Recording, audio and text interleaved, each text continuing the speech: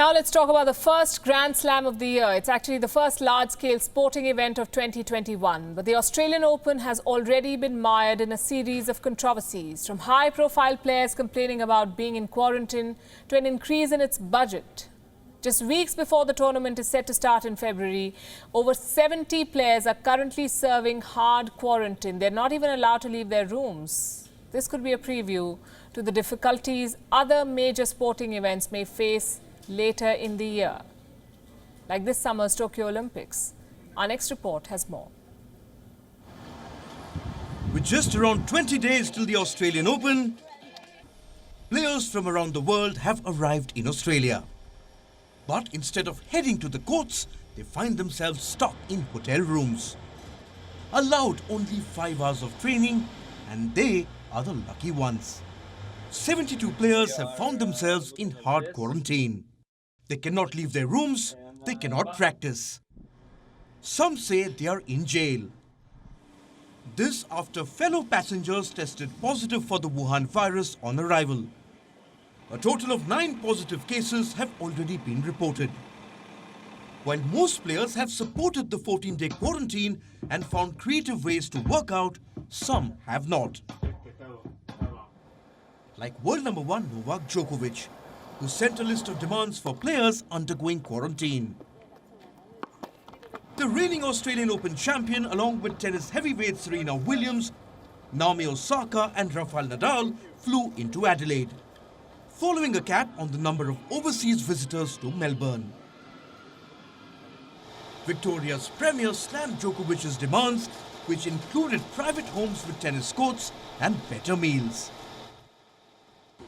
All 4 are associated with the tennis, and they're all tucked away safely in hotel quarantine. And I know there's been a bit of chatter from a number of players about the rules. Well, the rules apply to them as they apply to everybody else, and they were all briefed on that before they came, and that was the condition on which they came. So there's no special treatment here. People are being treated because the virus doesn't treat you specially, so neither do we. Australians seem to have little sympathy for the tennis players, many of whom have flown in from hotspots to compete for prizes worth around $55 million. Melbourne was under hard lockdown for 111 days last year. Australians fear another lockdown if the virus spreads due to the tournament. Others have pointed out the unfairness of players being able to fly in, while residents within Australia need to apply for a permit to cross into the Victorian state. There are also over 38,000 Australians who remain stuck overseas, unable to return due to the pandemic restrictions. And yet, over 1,000 players and officials have been flown in through chartered flights. This has been possible due to the massive increase in the tournament's budget. Originally around 30 million, Tennis Australia has doubled the budget to over $60 million.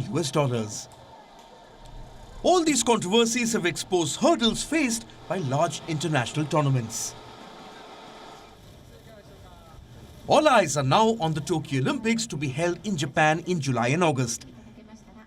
After being pushed back by a year, Japan has signaled it is determined to go ahead this year.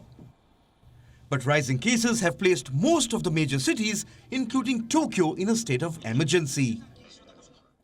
The budget has also increased by 22%, bringing the cost of hosting the Olympic Games to around $15 billion. With cases rising and public opinion turning sour, the future of the Olympics is once again in jeopardy. Bureau Report, WION World is One. WION is now available in your country. Download the app now and get all the news on the move.